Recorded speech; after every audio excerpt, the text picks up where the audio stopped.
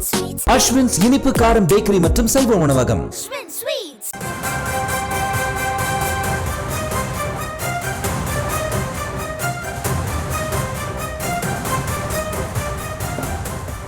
அண்மை செய்தியை பார்த்து வருகிறோம். தர்மபுரியில் கட்சி நிகழ்வில் இன்று சீமான் கலந்து கொள்ளும் நிலையில் நடிகை பாலியல் வழக்கில் காவல்துறை சம்மனுக்கு இன்றும் ஆஜராக மாட்டார் என்ற தகவல் வெளியாகி இருக்கிறது. கூடுதல் விவரங்களை செய்தியாளர் முரளி வழங்க கேட்கலாம். முரளி, வணக்கம். இன்றும் சீமான் ஆஜராகாத நிலையில் அவர் மீது என்ன மாதிரியான நடவடிக்கை எடுக்க நேரிடும்? இது பற்றிய முழு விவரம் என்ன? வணக்கம். நடிகை விஜயலட்சுமி கொடுத்த புகாரின் அடிப்படையில் சீமான் மீது ஏற்கனவே விசாரணை நடத்தப்பட்டு வருகிறது. கடந்த 2011ஆம் ஆண்டு நடிகை விஜயலட்சுமி என்பவர் சீமான் மீது பாலியல் வன்புணர்வு தொடர்பான ஒரு புகார் மனுவை அளித்திருந்தார். இந்த புகாரின் அடிப்படையில் 2011ஆம் ஆண்டிலிருந்து விசாரணைகள் நடத்தப்பட்டு வருகிறது.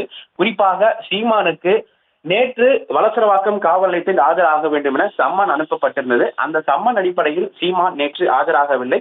அவர் தருமபுரியில் நிகழ்ச்சியில் இருக்கின்ற காரணத்தினால் அவருடைய வழக்கறிஞர்கள் சார்பாக நேற்று 4 வாரங்கள் அவகாசம் கேட்டு மனு அளித்திருந்தார்கள். அதன் அடிப்படையில் உடனடியாக ஆஜராக வேண்டும் என போலீசார் தரப்பிலிருந்து கூறப்பட்டது. குறிப்பாக 12 வாரத்திற்குள் குற்றப்பத்திரிகை தாக்கல் செய்ய வேண்டும் என நீதிமன்றம் உத்தரவு பிறப்பித்திருக்கிறது.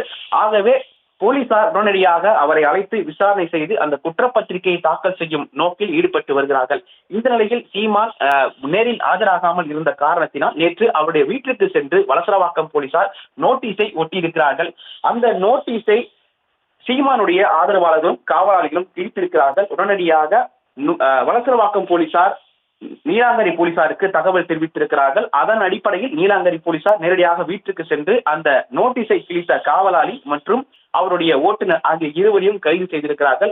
அப்பொழுது அவரிடமிருந்து அந்த காவலரிடமிருந்து துப்பாக்கியும் பறிமுதல் செய்யப்பட்டது. இந்த விவகாரத்தில் 2 பேரையும் நீதிமன்றத்தில் ஆஜர்படுத்தி சிறையில் அடைத்திருக்கிறார்கள்.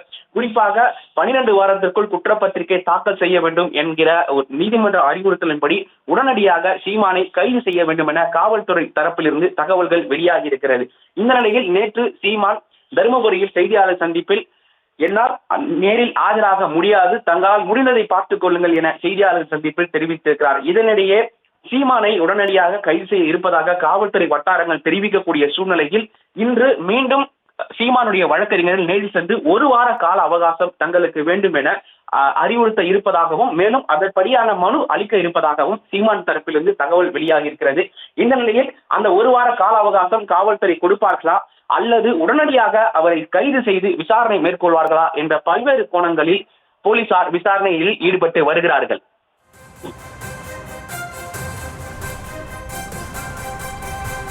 முழு விவரங்களுக்கு நன்றி முரளி.